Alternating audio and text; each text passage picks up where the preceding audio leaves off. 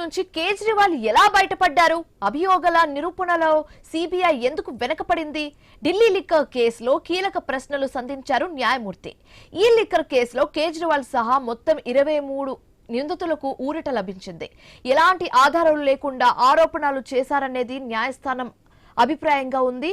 Charge sheet లోని ఆరోపణలను విశ్వాసంలోకి తీసుకోలేమని స్పష్టం చేసింది.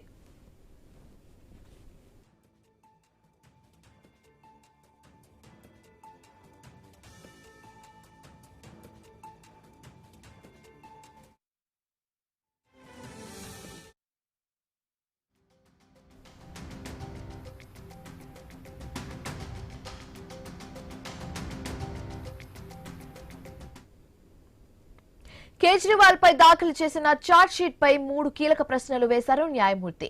తీవ్రమైన ఆరోపణలు చేసినప్పుడు దానికి తగ్గ ఆధారాలు కూడా ఉండాలని, పేలవమైన ఆధారాలు చూపిస్తూ కేజ్రీవాల్ ను కేసులో A1 గా పేర్కొన్నారని తేల్చింది. బలమైన సాక్ష్యాలు లేకుండా ఉన్నత పదవుల్లో ఉన్న వారిపై ఆరోపణలు చేస్తే ఆ పదవుల్లో ఉన్న వారిపై విశ్వాసం సన్నగిల్లుతుందని అభిప్రాయం వ్యక్తం చేసింది న్యాయస్థానం. అయితే మనీష్ సిసోడియా విషయంలోనూ 5 కీలక ప్రశ్నలు వేసింది కోర్టు. ప్రాసిక్యూషన్ దర్యాప్తు సరిగ్గా లేదని, కేసులోని పత్రాలు, వాగ్మూలాలు పరిశీలించాక అధికార స్థాయిలో తీవ్ర చర్చలు జరిగినట్లు తెలుస్తుందని పేర్కొన్నారు. అయితే నేరపూరిత కుట్రకు ఆధారాలు లేవని, పెద్ద కుట్ర చేశాడనడానికి బలమైన సాక్ష్యాలు లేవని, ప్రాసిక్యూషన్ వెల్లడించిన కథలో వ్యతిరేకత ఎక్కువగా ఉందని తేల్చి చెప్పింది కోర్టు. కేసు వివరాల్లోకి వెళ్తే లిక్కర్ పాలసీపై క్షేత్రస్థాయిలో విస్తృత చర్చ జరిగిందని, మనీష్ సిసోడియాను అనుమానించే సాక్ష్యాలేవీ లేవని కోర్టు తన ఆదేశాలు ప్రస్తావించింది.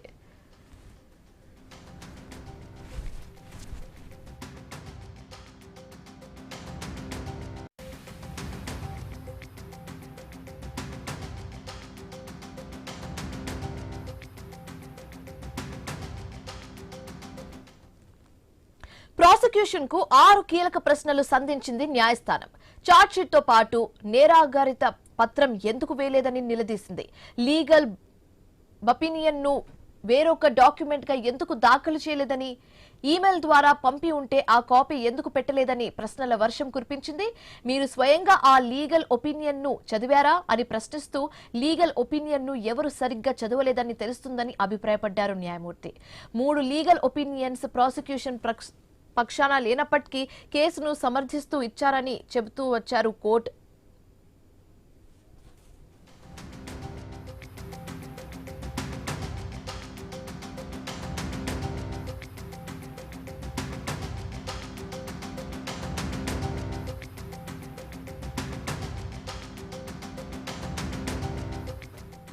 కేసులో కొన్ని వాగ్మూలాలను రికార్డులో ఎందుకు పొందుపరచలేదని సిబిఐని ప్రశ్నించింది కోర్టు.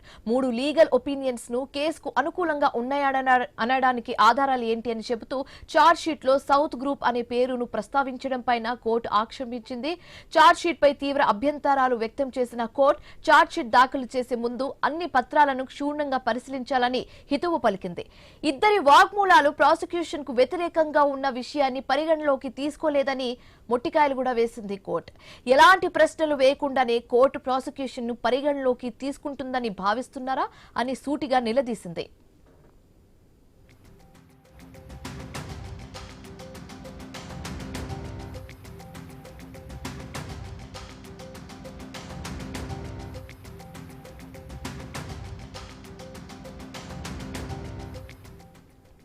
దర్యాప్తు అధికారులు నిష్పక్షపాతంగా ఉండాలని, ఒక చార్జ్ షీట్ లో ఇన్ని లోపాలను తొలిసారి చూశామని న్యాయమూర్తి పేర్కొన్నారు. వాగ్మూలాలు, సాక్ష్యాలు వ్యతిరేకంగా ఉన్న విధానాన్ని చూస్తే ఆశ్చర్యం కలుగుతుందని జడ్జి చెప్పారు. మాజీ deputy excise commissioner Kuldeep Singh ను ఈ కేసులో కావాలని ఇరికించినట్లుగా కనిపిస్తుందని చెబుతూ కేసులోని లోపాలను ప్రస్తావిస్తూ కీలక అంశాలను చెప్పడం జరిగింది.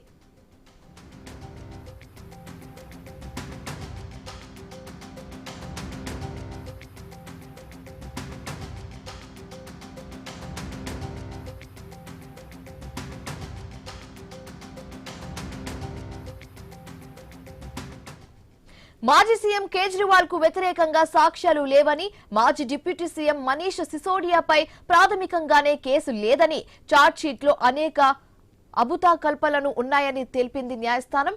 అభియోగాల తీవ్రత అంతా ఆరోపణల మయంగానే తేల్చిందని, సాక్ష్యాలు లేకుండానే కేజ్రీవాల్ నిందితుడిని చేశారని, సిసోడియాకు వ్యతిరేకంగా ఆధారాలు లేవు, ఆయన నుంచి ఏమీ సీజ్ చేయలేదని కోర్టు ఉత్తర్వుల్లో ఉంది.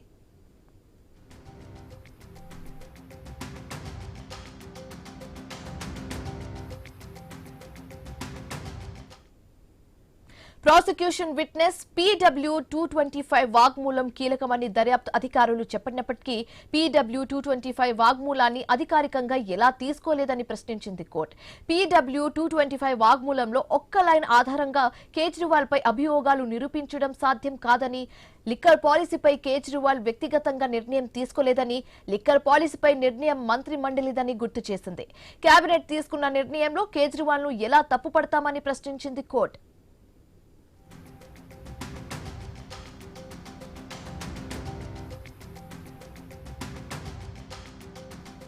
అయితే సిబిఐ దర్యాప్తు తీరు మొదటి నుంచి సక్రమంగా లేదని ఆగ్రహం వ్యక్తం చేసిన ఢిల్లీ కోర్టు అవినీతి జరిగిందనడానికి స్పష్టమైన సాక్ష్యాలు లేవని పేర్కొంది. అయితే ఢిల్లీ కోర్టు తీర్పును సవాల్ చేస్తామని సిబిఐ వెల్లడించింది. ఛార్జ్షీట్లోని అనేక అంశాలను ఢిల్లీ కోర్టు పరిగణలోకి తీసుకోలేదని సిబిఐ వాదన. కేసులోని ఆధారాలను హైకోర్టుకు అందజేస్తామని దర్యాప్తు అధికారులు చెబుతున్నారు.